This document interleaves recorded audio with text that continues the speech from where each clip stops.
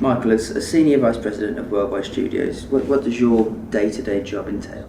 Sure. Well, I oversee the European operations of Sony's Worldwide Studios, and here in Europe we currently have 7 internal studios, and as people may have read, that we're very pleased to welcome Media Molecule to the family earlier this year as an internal studio.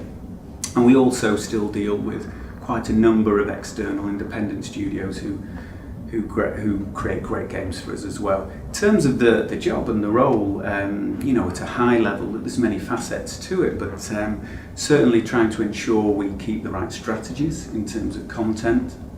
And on the business side, I think the most important area for me, though, is not only production best practice, but making sure that as studios we have the right facilities, the right culture, the right infrastructure, so that our creative people, our talent, can go on and keep making outstanding games. I mean, that was recent news. To go off a bit of a tangent, Media Molecule you recently acquired. I mean, what qualities did you see in them that really sold the deal for you? Yeah, I mean, from the outset when we met them, 5 guys with massive ideas, massive ambition came in. You could see it. We just wanted to work with these guys, and I think they just keep taking things to the next level. And it's great here at E3 that people are seeing more of Little Big Planet 2 and the ambition that those guys have. So we're at E3, so bang up to date. I mean, going into these big events like E3 and Gamescom, what are your general feelings? Yeah, I mean, I'd probably say both excitement and relief in equal measure. Excitement because it's great to now show off to the world the demos, the games we've been working on for such a long time, and have the journos react to them, but also our peers, from throughout the industry give us our feedback on the games. And relief, I guess, in the sense as we can now talk openly about what those games are and the experiences are that we've been trying to keep under wraps for a period of time. I've been writing for the blog like a series of history pieces, so I've been looking at every E3 over the years. So if you're to look back on previous E3s and look at this year's lineup, how do you think it compares to those?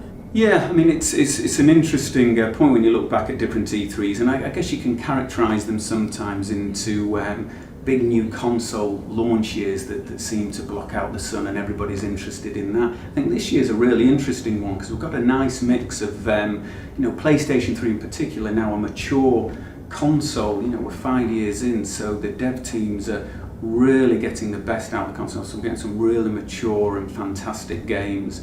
But also we do have a platform launch within a platform almost to give that newness, that innovation and that excitement as well with PlayStation Move. You've seen the developers get their hands on Move for the very first time. What have been the reactions? Oh yeah, I mean, from the start it's great to see. You give these talented creative guys any new system, any new hardware, and you watch it come to life. I think we've seen at the show already lots of innovative new software. I mean, try playing Fight. It's exhausting, bobbing and weaving, ducking and diving. With the head tracking and the one-to-one movement. I think at the other end of the spectrum, you've got Start the Party. Very much party game for the more casual social user using augmented reality.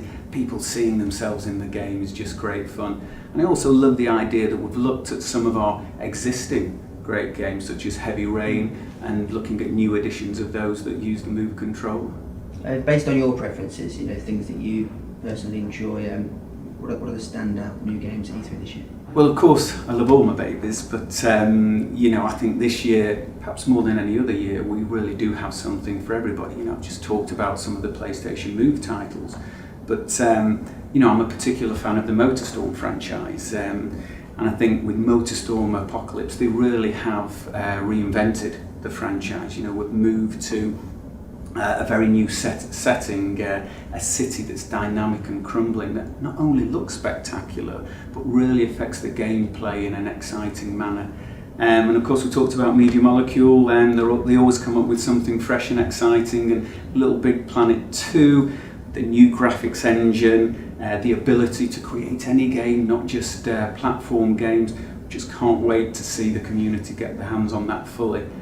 And then for me, you know, the big epic game, Killzone 3, you know, it's everything a sequel should be and more. It's bigger, better, brasher. If you're a fan of first-person shooters, it's going to be awesome. Okay, so those three that you mentioned, there's been a lot of curiosity on the forums and the blog of why those European developers decided to announce their games before E3. What was the thinking behind that decision? Yeah, I think, you know, as an exciting event as E3 is, it's also a very busy time for everyone, for the journalists, for the team. So, you know, when you've got special games like those, quality games like those, I think they deserved their own space to announce themselves, as it were.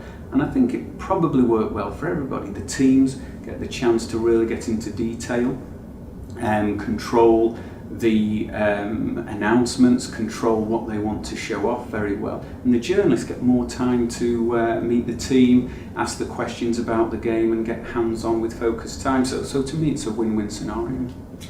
Finally, do you consider yourself a hardcore gamer? Do you think many of hardcore members of the blog would look at your trophy list and feel intimidated? Probably not. I think most of them would own me very quickly, to be honest. But you know, I'll give anybody a go. Thank you, Michael. Okay, thank you.